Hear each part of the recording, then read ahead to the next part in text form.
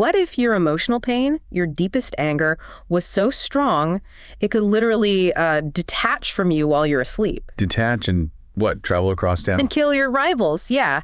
In 11th century Japan, this wasn't just fiction. This was a recognized thing, a spiritual affliction. They called it the Ikiryō, the living ghost. And the most famous example, the one we're diving into, is Lady Rokujō. Exactly. She's this incredibly complex figure from the Tale of Genji, Genji Monogatari, which, you know, people often call the world's first novel, written by Murasaki Shikibu. Right.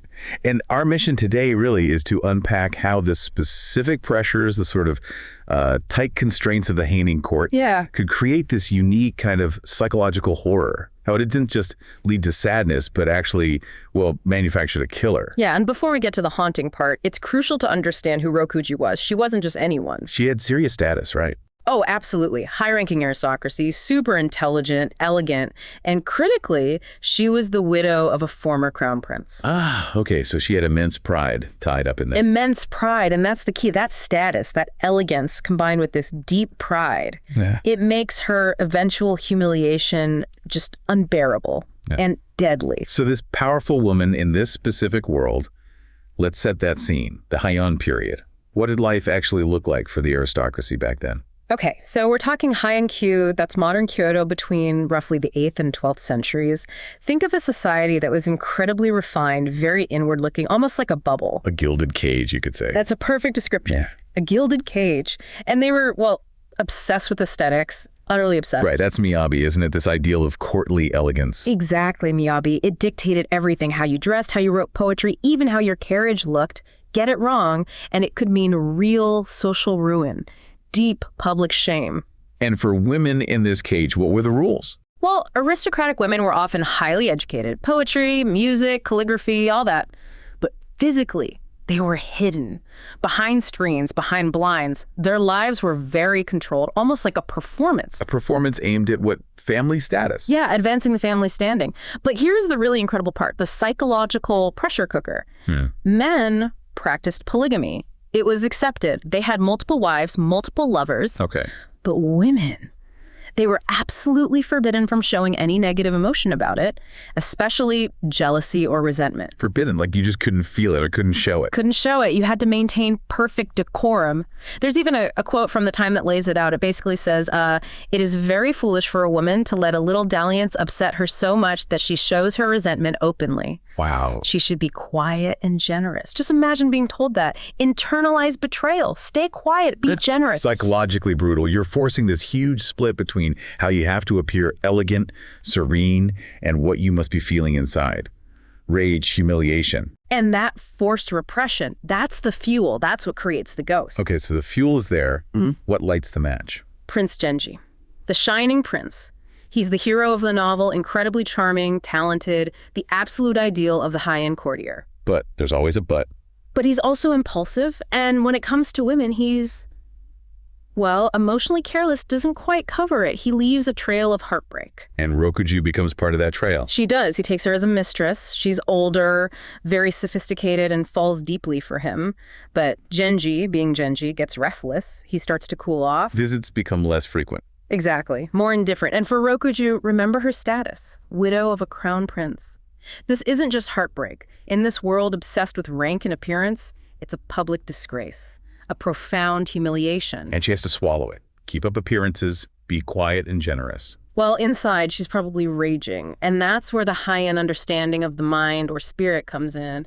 How does that repressed rage get out? This is the Ikiryō. Yes, the Ikiryō, the living ghost.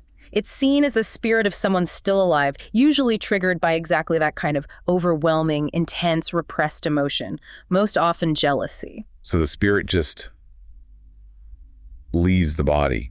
Often while the person is sleeping, completely unaware. It detaches and goes off to curse or attack the source of the pain, the enemy. It's like a specific targeted form of mononoke. Mononoke being the general term for spirits causing illness. Right. Vengeful spirits. often causing sickness or misfortune. But the Ikiryō is tied to a living person's psyche. So who's the first target of Rokujo's Ikiryō? Does she even know what's happening? No, she seems completely unaware at first. The first victim is Yugo. She's this gentle, rather low-ranking lover Genji is taken up with. He hides her away in this deserted villa for a secret meeting. And Rokujo's spirit finds them. It does. It possesses Yugo, terrifies her, basically frightens her to death right there during their tryst. Yeah, it's horrific. And a direct consequence of Genji's actions, even a supernatural. It's the first real sign that his emotional carelessness has lethal consequences. But the absolute breaking point for Rokujo, the thing that really pushes her over the edge, is the Battle of the Carriages. Ah, yes, the famous incident. What exactly happens there? It's at the Kamo Festival, a big public event. Everyone wants a good spot to watch the procession.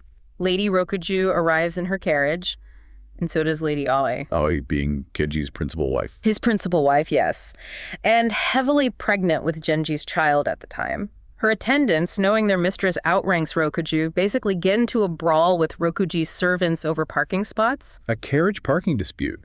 Seriously? It sounds almost comical, but in this context, it's deadly serious. Okay. In Boys, people violently shove Rokuji's carriage aside. They actually break the carriage shafts, leaving it damaged and her sort of stuck, exposed. Exposed and humiliated in front of everyone. In front of the entire court. And to make it worse, Genji rides by during the commotion, sees her there, and completely ignores her. Ouch, that's brutal. Public shame, ignored by her lover, while his pregnant wife's people caused it. It's the ultimate insult to her pride, the final fracture. And shortly after that, Lady Aoi falls mysteriously ill. She's tormented by a spirit. Rokuji's Ikiryō again. And this time, Genji knows. He's at Aoi's bedside during one of these spiritual attacks. Yeah. And he hears the voice speaking through Aoi. Don't tell me. He recognizes it. It's Rokuji's voice. He's absolutely horrified. But Rokujo's herself, the conscious Rokujo's, she still doesn't realize she's doing this. Or does she start to suspect? She starts to suspect. She talks about having these terrifying, violent dreams. And then she wakes up smelling the faint scent of poppy seed incense on her clothes. Incense used in exorcisms. Exactly. The kind priests would burn to drive away spirits like the one attacking Aoi. She puts it together, realizes with dawning horror and shame what her unconscious self has been doing, that she's become a killer in her sleep. What a burden to realize. So, Lady Aoi. She manages to give birth to Genji's son, but the spiritual attack is just too much. She dies soon after. And Rokujo, what does she do? She's devastated, filled with shame and grief. She decides she has to leave the court, leave that whole world behind. She retreats to the Nonomiya Shrine out in the Sagano Hills near Kyoto. A place for purification. Yes, traditionally a place where imperial princesses would purify themselves before becoming priestesses at Ai's shrine. For Rokujo, it's about preparing to leave the capital, maybe become a nun, just escape. That shrine still exists, right? I think I've heard of it. It does. Nonomiya Shrine, it's famous for its old wooden gate, the Kuroki Tori, and its moss garden. It still has this really melancholic, atmospheric feel. It's where she have her final sad farewell with Genji. She tries to leave it all behind. But does the spirit rest? Not entirely. Even after she formally becomes a nun and eventually dies, her spirit, well, that wounded pride, that intense emotion, it persists. Her Ikiri, the living ghost, transforms into a Shiri. A dead ghost, still angry. Oh yes, still vengeful. Years later, this Shiri attacks Genji's greatest love, the woman he raises from a child, Lady Murasaki. No, not Murasaki. Brings her right to the brink of death. It also attacks the third princess, another of Genji's later wives. Murasaki only survives because Genji, the great shining prince, is finally forced to confront the spirit directly. How? What does he do? He has to formally apologize. Humbled, terrified, apologizing to the ghost of the woman he scorned years before. Only then does the spirit relent, and Murasaki recovers. Wow. So the consequences finally catch up to him years later through this persistent spirit. It's an incredible story spanning decades. It really is, and it's soaked in this feeling the Japanese call mono no aware. The pathos of things. Exactly, that sort of gentle sadness about how everything is transient, beauty, love, youth, status. It all fades. Rokujo's story, her lost love, her lost rank, her eventual death, even her lingering ghost, it perfectly captures that sense of mono no aware. But there's more than just sadness here, isn't there? Let's go back to that broken carriage. It feels like more than just a plot point. Oh, absolutely. It's a powerful symbol. Her carriage is broken, just like her pride, her social standing, maybe even her psyche is fractured by that public humiliation. And if we think about the Ikiryō as like a pre-modern way of talking about psychology, what's the message about trauma here?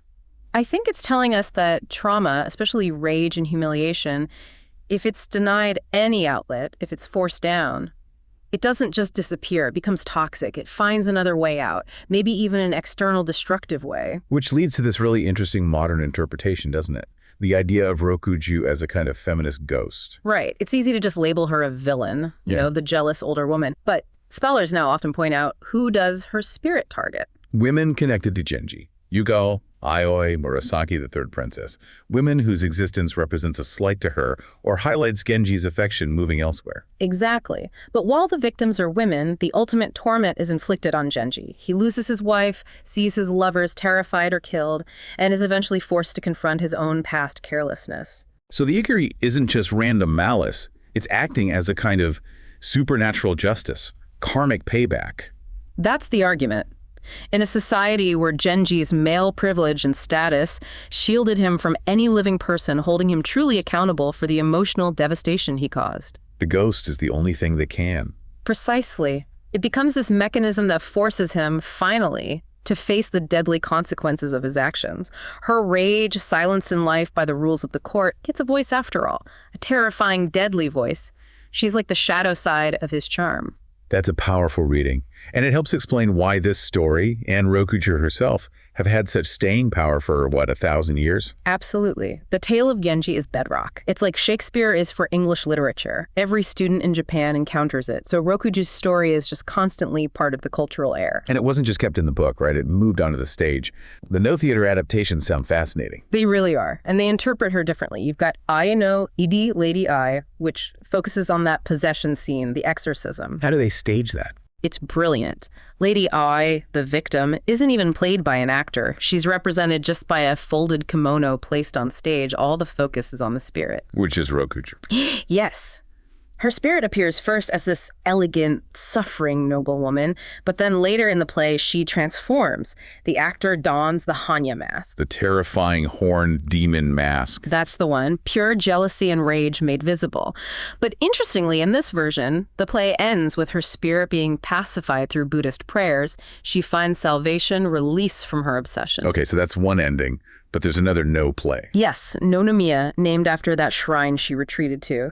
This one is much more melancholic, less about exorcism. What happens in that one? Her ghost appears at the shrine, relives that sad farewell scene with Genji, maybe performs a dance expressing her sorrow and lingering attachment. And the ending. Is she saved? It's ambiguous. She just sort of fades away, returning to her phantom carriage. Her soul seems still trapped by her obsession. The play leaves you wondering if she can ever really escape the gate of the burning house. The Buddhist idea of worldly suffering. Exactly. So one play offers release, the other suggests she might be eternally trapped by her pain. It shows how complex her legacy is. And that legacy continues, even into modern times. Definitely. There was a hugely popular shoujo manga adaptation called Asaki Yumemishi that really brought the whole epic, including Rokujo's story, to life for generations of modern readers. Made it visceral again. And more highbrow adaptations, too. Oh, yeah. Yukiya Mishima, the famous novelist, wrote a modern psychological thriller play called The Lady Aoi. He stripped away all the ancient rituals, set it in a contemporary hospital. So it becomes purely about the psychological tension. Purely. The raw jealousy, the possession, the love triangle, it shows how timeless and adaptable that core emotional conflict is. You don't need the Heian court setting for the horror to work. So wrapping this all up, Lady Rokujo's story is this incredible example, isn't it, of how extreme social pressure, the demand for absolute emotional repression, can warp human feeling into something monstrous. Yeah, the Heian court's obsession with decorum, with hiding unpleasant emotions like jealousy, literally created the conditions for her Ikiryō. Her rage had nowhere else to go. It had to manifest externally as this terrifying, semi-autonomous entity. It's almost like a pre-modern insight into trauma and dissociation, in a way. You could definitely see it like that. The Ikiryō is the physical shape of rage that's been denied a voice. Which really leaves us with a final thought, something for you, the listener, to chew on. We've seen how Rokujo's Ikiryō was born from the specific pressures of her time and place. So the question becomes, what about our time, our society? Exactly. What modern pressures, maybe professional, maybe personal, maybe online, are forcing powerful emotions deep down inside us? What feelings are we being told, implicitly or explicitly, that we shouldn't show, shouldn't feel? Are we creating the conditions for our own kinds of living ghosts, our own Ikiryō moments where that repressed energy finally bursts out? Maybe not supernaturally, but in other destructive ways. It's a provocative thought. What happens when our own rage is denied a voice? Where does it go? Something to think about.